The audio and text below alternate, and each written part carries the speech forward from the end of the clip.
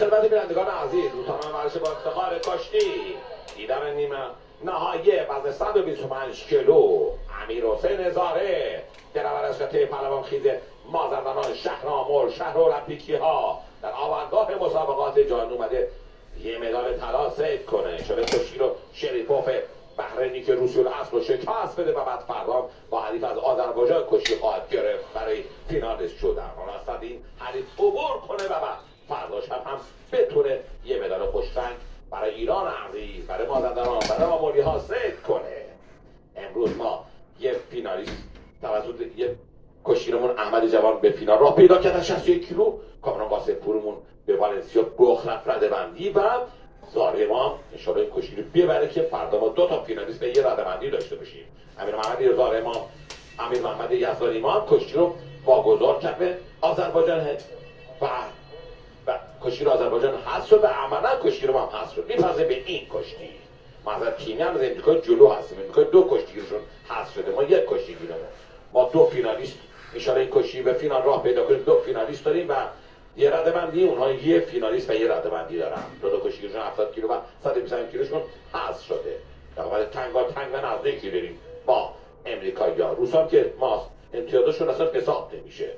مثلا به ادامه کار امیرحسین زاره جنابالی که در مسابقات جهانی در مسابقات اسلو موفق شد مدال طلا بگیره، در مسابقات 2023 صربستان طلا گرفت، در مسابقات 2022 صربستان برنز و در مسابقات المپیک ژاپن المپیک در المپیک پاریس هم مدال نقره گرفت. 5 مدال طلا، نقره و برنز جهانی المپیک اومده تا 6مین مدالش رو صید کنه. تقریبا اخطار میشه برای شریپوف که در مسابقات قهرمانی آسیا 2025 برنز گرفت در آسیا و حالا کشتیگیر کشورمون اما تو 6 ماه خیلی فرق کرده، انگیزه زیادی داره برای که بتونه به فینال راه پیدا کنه.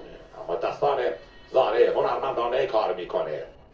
یک بار دیگه در تلاش هست که بتونه دست رو به زیر کتف حریف خودش یا زیرگیری کنه یا اینکه حریف و پاش از توش خارج کنه. پشمان درست کار جوری داد میزدی که صداش به این ور سالون هم میاد. حالا اخطار میشه برای شریپوف، شامیر شریپوف از بحرین، کشتیگر روسیول اصل بحرینی در سرشاخ. یک بار دیگه در تلاش هست که بتونه شرایط رو برای فنون خودش مهیا کنه. 30 ثانیه تموم بشه یک امتیاز به کشتیگر ما خواهند داد به امیرحسین زاره دلاور آمولی ما که تا این لحظه فکرانه و حساب شده کار کرده. یک بار دیگه دستاش به خوبی کار میکنه و سعی میکنه بزنه زیر کتفان حریف خودش و اینجا 5 سال بیشتر باقی نمونده از اون 30 ثانیه امتیاز دست زیر کتف انداخته و کاملا بسته بین با دست چگونه دست جلو سینه گذاشته. 30 ثانیه به اتمام برسه یک امتیاز برای کشتیگر ما در نظر میگیرن. یک امتیاز برای کشتیگر ما در نظر میگیرن. برای کشتی 1-0 میشه. 2 نفر استراحت کرد. بعد از اون پورت اسمیت از پورتوریکو رو موفق شکست بده و ماتاشویلی گرجستانی رو هم موفق شد 10-0 کنه. حالا در مقابل این کشتی در نیمه نهایی قرار گرفته. شامیر شریپوف از بحرین واسه در تلاش هست که بتونه حریف رو به عقب هدایت کنه. یک بار دیگه قوس میکنه کشتیگیر ما رو به منطقی زرد دوشگو رو نزدیک میکنه. اینه با گیر خالی کردن و قوس کردن کارو خودم میکنن. این بار هم میزنه دیگه که فن حریف خودش شریپوف خواهد امتیاز هنوز خاک نکردن. یه لحظه میره ولی خاک کردن حریف خودش اینجا میره تو اینجا خاک کنه حریف خودش چون 11 خاک میکنه و بشه 2 تا بگیره از حریف خودش. حالا کشتی رو 3-0 میکنه دلاور آمولی ما. 3-0 میکنه.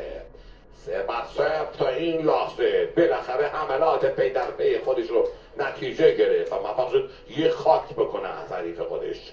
گرفتن امتیاز با اخطار فرق میکنه با خاک کردن. آقای داوود گیلنی رنگ و آقای پشمان درست کار به خاطر از اون میگن در طرف دیگه هم مربیان بحرینی رو مشاهده میفهمیم که یکشون روس هست دیگری بحرینی. به خاطر از اون میگن به شریپوف خسته کرده دلاور مازنی ما.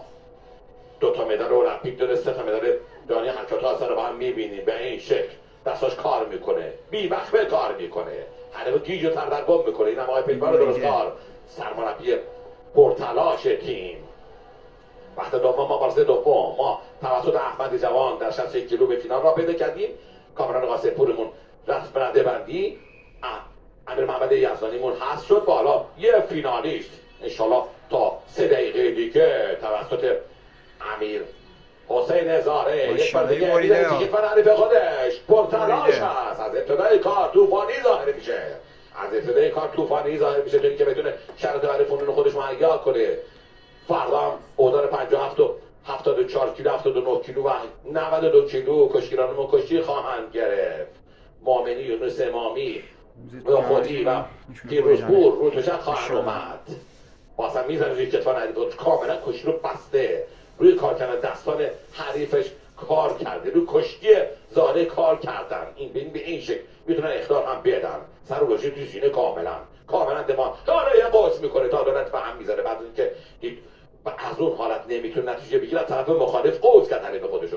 بازم تلاش خودشو بیشتر و بیشتر میکنه که پای حریف تو چند خارج میکنه و موفق بشه یک امتیاز دیگه بگیره از حریف. کشتی رو حالا 4 بر 0 میکنه، یک اخطار هم میدن و یک امتیاز اضافه میشه. یک امتیاز به خاطر که پاش توش خارج شد، یک اخطار هم به خاطر فرار توشه. برای کشتی 5 بر 0 میشه. 5 بر 0 به نفع کشتی کشورم. یه قوس خواهد 2 امتیاز. شیر مادر نان پدر حلال دلاور. چه قوسی کرد حریفو، چگونه تکون حریفو و اونو به خاک به زانو در آورد و خاک کرد حریف خودش در سنگین وزن.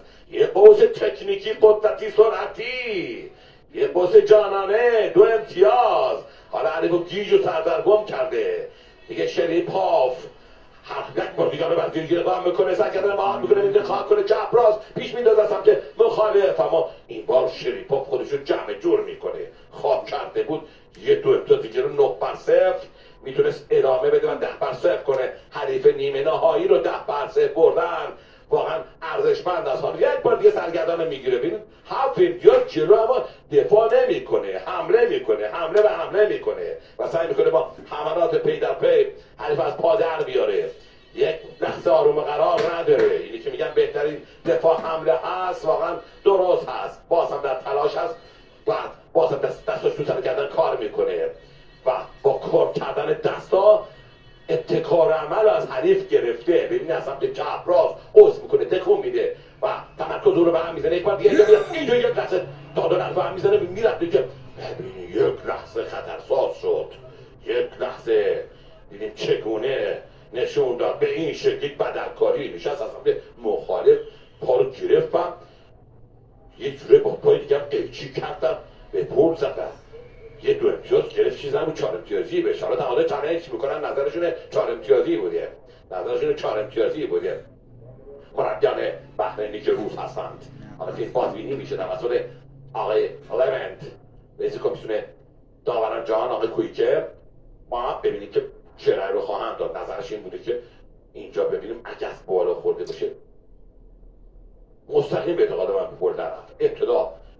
ابتدا روی شانه اومد. ببینید با هم دیگه نگاه کنیم اینجا. بعد اینکه فن زد مستقیم اگه بره به پل، نه مستقیم به پل نرفت به اعتقاد من. به نظر من 2 امتیاز داشت، هم 2 امتیاز داشت. حالا یک امتیازی هم به ما خواهند داد. حتی نظر بنده حقیر هستم، میدونم که درست باشه نظرم. ببینید از بالا به پل نرفت، اینجا بعد به پل رفت، بعدم به پل رفت، به هر حال خاک شد، 2 امتیاز گرفت. آقای لونت رئیس کمیسیون داوران جهان در کنار آقای کویکه فیلم رو بازبینی میکنن و محضور رو اعلام خواهند کرد. عرض زاویه دوربین ما ممکنه با دوربین های اتحادیه جهانی کشی که 4 طرف هست فرق کنه. این چیزی که در تصویر ما میبینیم مستقیم به پل نرفت. که ما در تصویر میبینیم در کمال صداقت خدمتتون عرض میکنیم از بالا به پل نرفت و به اعتقاد من دقیقه 2 امتیاز داشت، همون 2 امتیاز. حالا اگر 2 امتیاز اعتراض مورد قبول واقع نشه، یک امتیازی که ما خواهند داد. ببینیم که خب یک اخطار هم دادن، نظرشون فرار تشک بوده. حالا یک اخطار فرار تشک میدن در کنار تشک. نظر میده در زمانی که کنار تشک بوده فرار کرده تشک در موقع خاک در اون عکس العمل بود. در حال یک امتیازی که میدن به کشتی شری پاف، یک امتیازی که میدن. حالا آهنگ کشتی عوض میشه، جای خودش بلند میشه، جای خودش بلند میشه. یه لحظه روسای کشتی بلد که حالا از بحره کشتی میگیره، دیدیم به چه شکل موفق شده یک امتیاز بگیره و اون 4 امتیاز که واقعا نداشت و ندادن 4 امتیاز. که اختیار بکشید ما 2 دقیقه کشی رو 7 بر 3 هست 7 بر 3 10 ثانیه حالا کمتر از 10 ثانیه کمتر از 10 ثانیه با فینالیست شدن فاصله داره دلاور کشورمون همچنان در کشی رو اداره میکنه 3 ثانیه 2 تمام خسته نباشید دلاور خود قوت پهلوان یه پیروزی شیرین رو چسب تقدیم به هموطنان عزیز مازندرانی ها آملی ها حالا فردا 2 فینالیست داریم جوان و زاره و یه ردوندی کامران قاسمپور میریم فردا شب ایشالا جشن بگیرید طلایی هامونو